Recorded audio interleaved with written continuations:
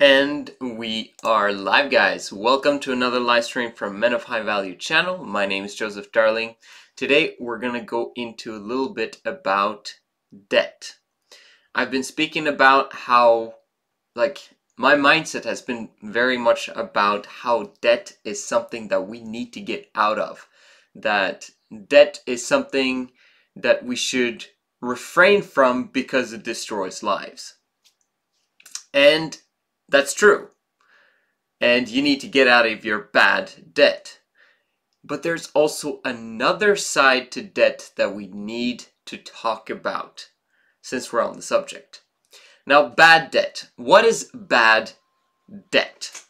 I would say bad debt is basically, mostly, it's credit cards and consumer loans.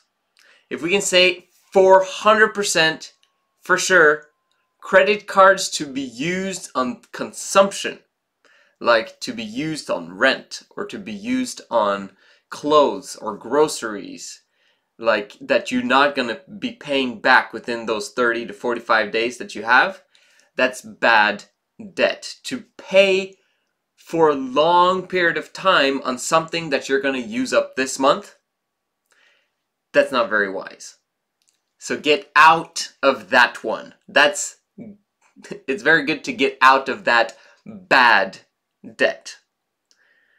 In addition, what else I look at as bad debt is if you get a student loan to study something that, in general, I just look at student loans to be it's bad.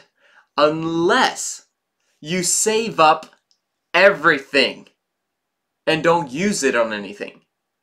If you manage to do that, if you manage to be that disciplined, then get that student loan. And if you're in a country where you can get free education, and you have to get an education because you want to become a doctor or lawyer or something that requires a formal education for you to actually be allowed to practice real estate, for example, if you absolutely have to do that, then get an education. But do it at a place where you can get the education for free. At least for free. Someone else pays for it. Actually, the taxpayers do. But do it so that you can be able to progress through life without having to pay, going back in time to pay it down. If there's any other form of education, like the arts or social studies or language studies or like stuff that you will never really have any relevant use for to produce value to the marketplace, never take on debt for that purpose. Waste of time. It's going to mess up your life. And the next thing is taking up debt in order for you to buy an apartment or a house for you to live in for the next 10, 15, 20 years. In some ways, personally, I feel that that is also bad debt because you don't really know. But at the same time, the value can go up, but if there's a market crash, you just need to make sure that you have complete control over the expenses of that one. And yeah, that's something that's debatable online, what's worth it and what's not. Me personally, I've rented. And to have that flexibility, I'm excited about that. But for other people, they want to invest in a place for themselves. I'll talk about that another time. There's some life hacks that you can do so that you can actually end up living for free. But that's for another time. Okay, so that was bad debt. But there's something called good debt. Alright, so let's say you've actually figured out how to be disciplined, you've paid off your bad debt because that's number one, and now we're looking at good debt. The interest rates right now have never been lower. It's intense how cheap money is these days in terms of you getting money and paying back. Like if you have a fixed interest rate, you can do a lot of good stuff with debt. Alright, what am I talking about? Well, all of the rich, really, really rich people have debt. And now I'm talking about the billionaires and the multi-millionaires. They wouldn't have gotten to where they are without having people invest in them, and normally it's the banks that invest in them and their businesses and their real estate, and because of that, they can amass massive amounts of wealth. But what is it that makes it good debt? It's the way you structure it. It's having other people pay the interest on the loan.